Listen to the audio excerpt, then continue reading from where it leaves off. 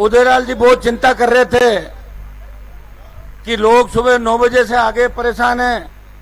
क्या आप परेशान हो गए क्या?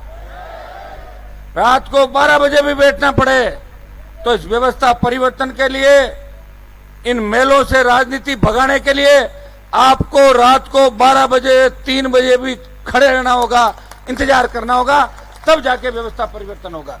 भाइयों, आज की जो बल्लभनगर के अंदर एक चुनावी सभा है, मैंने कांग्रेस पार्टी की रैली भी देखी, जहां सत्ता के बल पे और आधे से ज्यादा नरेगा के मजदूरों को लाके उन्होंने उस सभा को सफल बनाया। और भारतीय जनता पार्टी की सभा शायद इसी मैदान पे थी, उसमें 1500-2000 लोग थे। उदयलाल जी और हम कल ये अंदाज लगा रहे थे, मैंने कहा अगर मैदान अपने आप भर गया और मैदान के चारों तरफ अगर किसान के बेटे दिखे तो भारी वोटों से हम चुनाव जीतेंगे। और रैली भी 2 दिन के अंदर ही करी थी। 9 तारीख को शाम को ऐलान किया और 10 और 11 का समय बचा। सबसे बड़ा धन्यवाद मैं बल्लभनगर की जनता का ये भी दूंगा कि अपने अपने साधनों से 100-150 किलोमीटर दूर 36 कौम के लोग इस सभा को सफल बनाने के लिए आए। मैं इतना ही विश्वास आपको दिलाता हूं कि चुनाव चले जाएंगे, लेकिन चुनाव के बाद अगर राष्ट्रीय लोकतांत्रिक पार्टी के कार्यकर्ता की तरफ चाहे कांग्रेस देखे या भारतीय जनता पार्टी, मुझे घंटी कर देना, अपने आप सारा काम ठीक हो जाएगा। यह मैं विश्वास आपको दिलाता हूं। आपको डरने की जरूरत नहीं है भाइयों, मैं अकेला व्यक्ति हूं। अरे माता जी बैठो यार, 1 मिनट बैठो, 5 मिनट बैठो। भाइयों, अकेला व्यक्ति हूं। मैं और उदयलाल जी बीजेपी में थे। मैं भी एक जमाने के अंदर भारतीय जनता पार्टी का विधायक था। बीजेपी पार्टी के अंदर वसुंधरा की गुंडागर्दी को खत्म करने के लिए मैंने विधायक दल की बैठक में झगड़ा किया, मुझे पार्टी से बाहर निकाल दिया। लेकिन खींवसर की जनता ने 2013 में विधायक बना के निर्दलीय वापस राजस्थान की विधानसभा के अंदर भेजा और 13 से 18 तक इस प्रदेश के अंदर वसुंधरा के राज में, जब वसुंधरा की तूती बोला करती थी, तब बड़े बड़े कांग्रेस के नेता सरेंडर हो गए।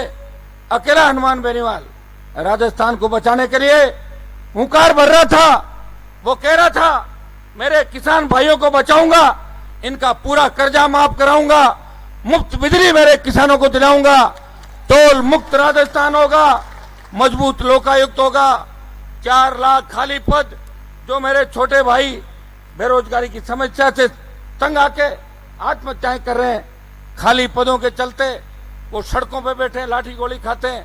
खाली पद भरे जाए, संविदा कर्मियों को नियमित करे और मजबूत लोकायुक्त क्यों नियुक्ति हो। और उद्योग, चाहे चित्तौड़ की बात करें, चाहे उदयपुर की करें, बाड़मेर के तेल के कुएं या भिवाड़ी के जो कारखाने, वहां हमारे स्थानीय लोगों को रोजगार नहीं मिलता। कभी एक्सप्रेसवे के नाम से, कभी रेल लाइन को डबल करने के नाम पे किसानों की जमीनें तो अधिग्रहण कर रही है सरकारें, उपजाऊ जमीन पे ले रही है, कभी भारतमाला के नाम पे उपजाऊ जमीन ले रही है, लेकिन भाइयों किसानों को मुआवजा भी नहीं दिया जा रहा है। पंजाब, हरियाणा और दूसरी सरकारें जितना मुआवजा किसानों को देती है, राजस्थान की सरकार उससे 20% मुआवजा भी नहीं देती। उसमें मैं राजस्थान की सरकार पे ये आरोप लगाना चाहता हूं कि अशोक गहलोत सिर्फ सरकार बचाने के लिए काम कर रहे हैं। पिछले 3 साल के अंदर राजस्थान के अंदर भयावह हालात इतने हो गए कि लोग अपनी छोटी बच्चों को स्कूल नहीं भेजते, छोटी बेटियां दरिंदगी का शिकार हो रही है। आए दिन अखबार का पन्ना पलटोगे, एक खबर बलात्कार की और बेटियों की दरिंदगी की मिलेगी। भाइयों, जो राजस्थान अपराध के अंदर 25वें नंबर पे था, वसुंधरा और गहलोत के गठबंधन ने पिछले 22 साल में अगर राजस्थान में कुछ किया तो अपराध बढ़ाया, बेरोजगारी बढ़ाई और राजस्थान को बदनाम कर दिया। एक भी भर्ती बिना पेपर लीक के नहीं हो रही है। सारी भर्तियां एग्जाम होने से पहले ही पेपर लीक हो जाता, बाजार के अंदर आ जाता है। चाहे सब इंस्पेक्टर का एग्जाम हो, चाहे JN का हो, चाहे पटवारी का हो, चाहे रीट का एग्जाम हो, पेपर पहले ही बाहर आ गया। अब एसओजी किस बात की जांच करेगी? एसओजी तो स्टेट की एजेंसी है। अगर कोई कांग्रेस का नेता इसमें इन्वॉल्व हुआ तो एसओजी कैसे गिरफ्तार करेगी उसको? मैं मांग करता हूं कि ये जितनी भर्तियां हुई है, जितने घोटाले हुए, इन सबकी सीबीआई जांच हो, दिल्ली की सरकार जांच करे और इसके अंदर जितने भी दोषी लोग हैं वो सलाखों के पीछे जाए। हमारी राजस्थान एक जमाने के अंदर पर्यटन की दृष्टि से महत्वपूर्ण था। लोग राजस्थान के अंदर अपने बच्चों को पढ़ाने के लिए जयपुर लेकर आते थे। वो जमाना था जब मैं विश्वविद्यालय का अध्यक्ष था 1998 के अंदर। तब बाहर से लोग जयपुर में मकान लेके अपने बच्चों को पढ़ाने के लिए आते थे। उदयपुर में आते थे, अजमेर में आते थे कि राजस्थान शांत प्रदेश है।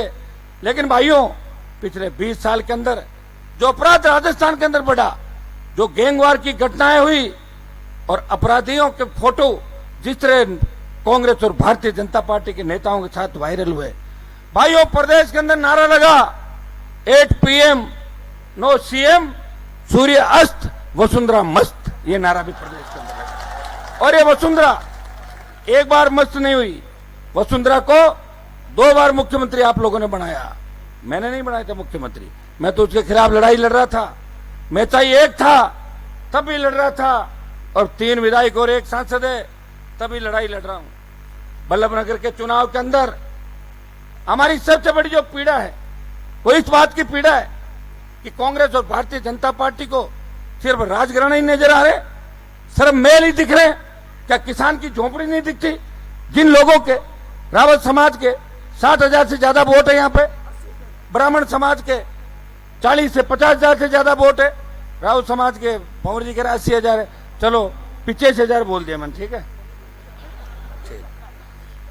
मैं प्रत्येक ओबीसी के 1.5 लाख वोट हैं, जिसमें डांगी से लेकर तमाम जातियां आ जाती है। डांगी, जाट, गुजर, जड़वा, धाकड़, गाडरी, लोहार और ओबीसी की कुछ जातियों का अगर मैं नाम नहीं ले पाया तो मैं खुद भी ओबीसी हूं, इसलिए मेरा बुरा मत मानना आप लोग, है ना। हनुमान जी ने अगले उसमें ले लेंगे। लेकिन तमाम लोगों को उम्मीदवार भी बनाया। यह मैं पढ़ रहा था कि यहाँ सर्व समाज को हमेशा धोखा मिला।